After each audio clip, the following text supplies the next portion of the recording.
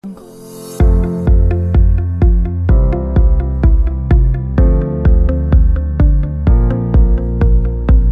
une nouvelle ère sur la communication institutionnelle qui s'installe.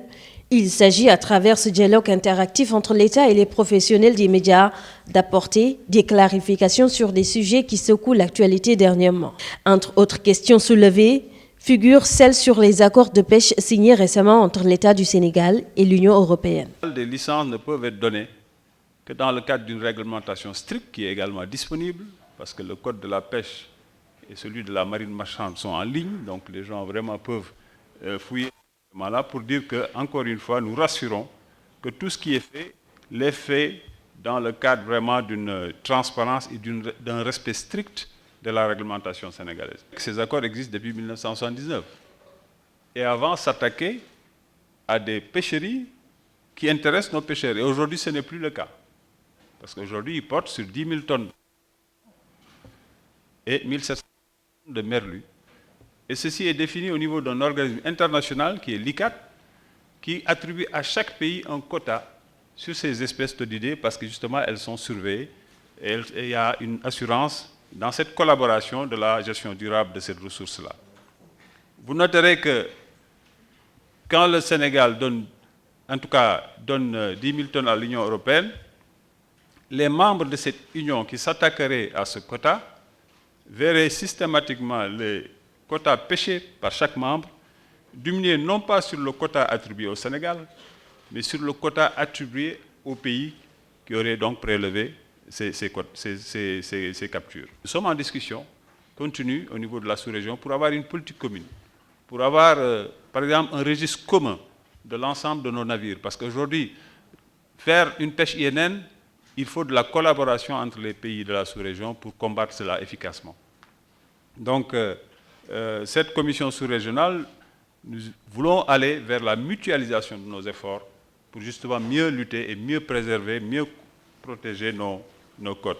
La protection du secteur des pêches suscite moult interrogations et est souvent rattachée au phénomène de l'immigration clandestine. Les ministres en charge des questions relatives à l'emploi et à la jeunesse réagissent. Nous avons fait un bond qualitatif dans la création de l'emploi et que si seulement la question de l'emploi était la cause de l'immigration irrégulière, on aurait moins de départs en ces temps-ci. C'est la raison pour laquelle nous pensons, oui, l'emploi, le manque d'emploi ou l'insuffisance de revenus pour les emplois créés est une cause, mais elle n'est pas la seule cause. Je pense que l'objectif aujourd'hui, c'est de nous mettre tous Sénégalais autour de cette question pour sensibiliser, pour communiquer, pour prendre les dispositions pour que nos jeunes comprennent qu'il est possible de rester dans ce pays, d'avoir une qualification, d'exercer et de vivre de son métier. L'ADER a financé à hauteur de 57,8 milliards. Et pour ça, beaucoup de jeunes ont été touchés.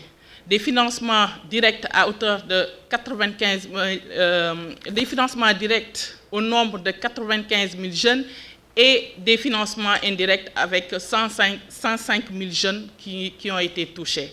Donc, dans le cadre de l'entrepreneuriat, des efforts ont été faits. L'ANPEJ qui œuvre dans la promotion de l'employabilité des jeunes, mais ce qu'on ignore, c'est que l'ANPEJ également a des programmes qui œuvrent dans la lutte contre l'immigration irrégulière.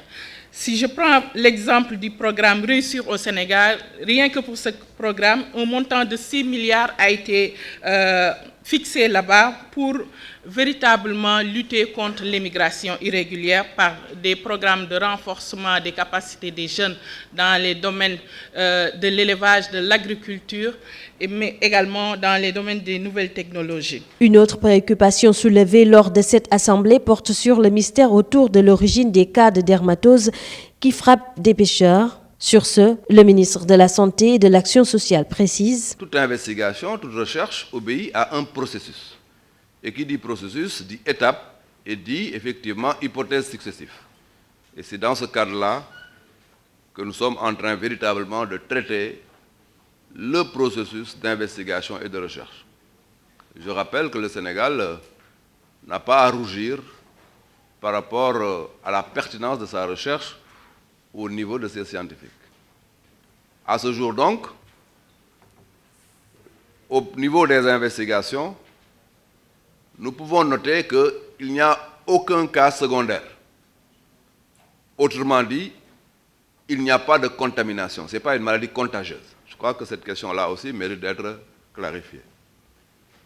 Je peux vous dire aussi qu'il n'y a pas de risque par rapport à la consommation du poisson. Les résultats des examens biologiques effectués n'ont pas révélé de causes infectieuses, mais d'autres investigations sont en cours. 10 ministres ont pris part à cette rencontre dénommée Le gouvernement face à la presse.